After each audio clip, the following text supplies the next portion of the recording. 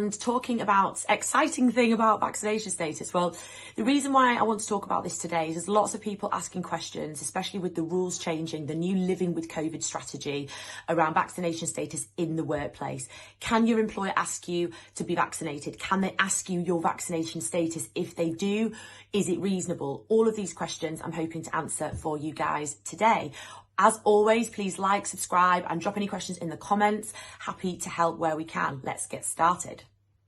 So moving forward, it looks like employers are in a bit of uncharted territory at the moment, because from the 1st of April, a lot of the restrictions will have all gone. They'll either be withdrawn at that point or they already have been withdrawn. So things like requirement for vaccination in care homes, NHS, also the risk assessments that are required from a COVID perspective.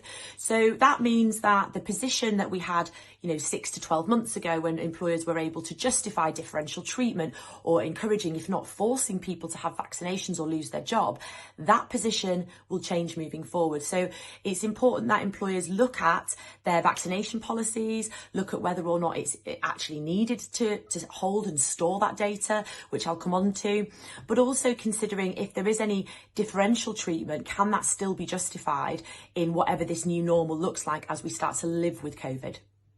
So what are some of the changes? Well, one of them is the requirement to self-isolate. That's now gone. So what we're going to see is employees with COVID can go to work unless they're sick.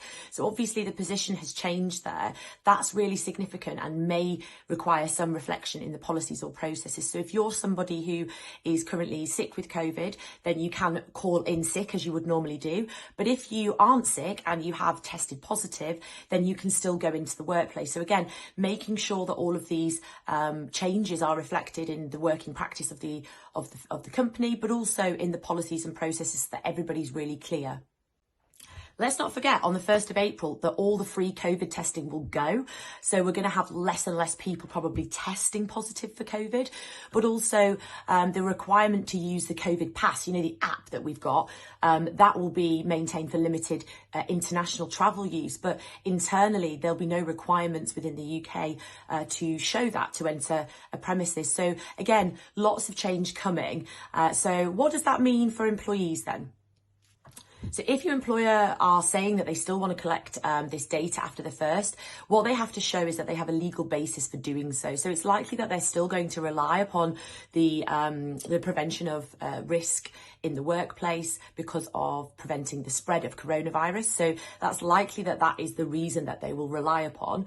And really it's then about balancing that risk against your individual rights, against the organisation's need to prevent risk. So again, speak to your employer about it. Try to adopt a conciliatory approach. I think it's really important that everybody's navigating what is quite a difficult time. There's lots of changes coming in. We've relied on government guidance for a really long time. The government guidance is basically going, and employers now don't even have to, from the 1st of April, they don't even have to consider COVID-19 as part of their risk assessments anymore. So it's very much up to them whether they do that.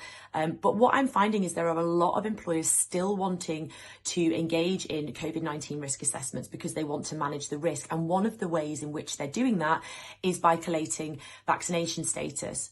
Now, one way around that is to not identify the individual's vaccination status, but to understand the status of a site or the status of an organisation. And so, for example, they might send out an anonymous survey, and that will allow them to collate data as to whether or not somebody has been vaccinated. And they could say, for example, 80% of that site have been vaccinated. And that means that it's a lower risk site, for example. So they may well do it in that way rather than individually identifying people, which obviously helps from a GDPR perspective, but also from an individual perspective because people feel less uncomfortable about their employer knowing about that vaccination status and it being used against them.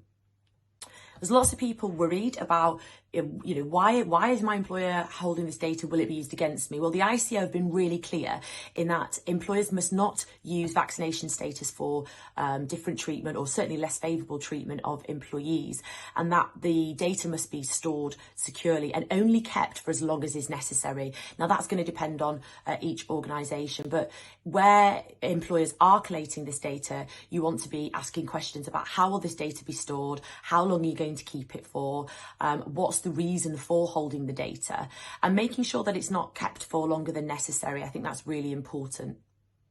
Another example of the retention of data would be, for example, if somebody is exempt from the vaccination policy or having the vaccination itself, then rather than saying they are exempt because of this disability, it could simply say that they're exempt. So you're only storing the information that you need as an employer. So as an employee, if your employer is asking you to disclose absolutely everything, there may be a halfway ground that you can meet them with, either becoming anonymous or only giving them the information that they need in order to conduct that risk assessment.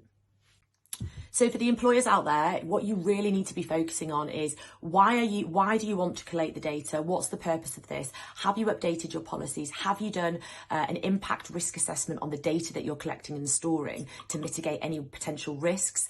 And have you effectively communicated this to your workforce so that it's very, very clear what's expected of them, what the consequences of non-compliance are, and exactly what you need from them and when? Hopefully this video was helpful. It's a short but sweet update that I thought would be helpful regarding all the changes that are coming in, and also just some of the common questions that we're finding on social media and also with our clients at the moment. So please do like, subscribe and share. And if you've got any questions, always happy to answer. See you next week.